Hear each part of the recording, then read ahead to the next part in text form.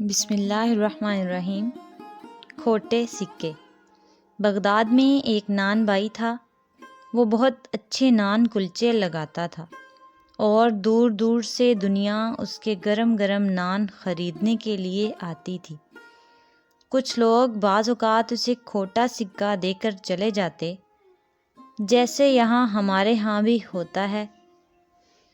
وہ نان بائی کھوٹا سکہ لینے کے بعد اسے جانچنے اور پرکھنے کے بعد اپنے گلے یعنی پیسوں والی صندوقچی میں ڈال لیتا تھا، کبھی واپس نہیں کرتا تھا اور کسی کو آواز دے کر نہیں کہتا تھا کہ تم نے مجھے کھوٹا سکہ دیا ہے، یا بے ایمانی کا طعنہ نہیں دیتا تھا، بلکہ محبت سے وہ سکہ بھی رکھ لیتا۔ جب اس نان بائی کا آخری وقت آیا تو اس نے پکار کر اللہ سے کہا، اے اللہ، تو اچھی طرح سے جانتا ہے کہ میں تیرے بندوں سے کھوٹے سکے لے کر انہیں اعلیٰ درجے کے خوشبودار گرم گرم صحت مند نان دیتا رہا اور وہ لے کر جاتے رہے۔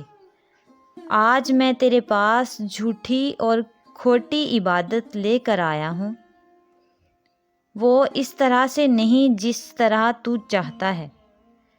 میری تجھ سے یہ درخواست ہے کہ جس طرح سے میں نے تیری مخلوق کو معاف کیا، تو بھی مجھے معاف کر دے۔ میرے پاس اصل عبادت نہیں ہے۔ بزرگ بیان کرتے ہیں کہ کسی نے اس کو خواب میں دیکھا تو وہ اونچے مقام پر فائز تھا اور اللہ نے اس کے ساتھ وہ سلوک کیا جس کا وہ متمنی تھا۔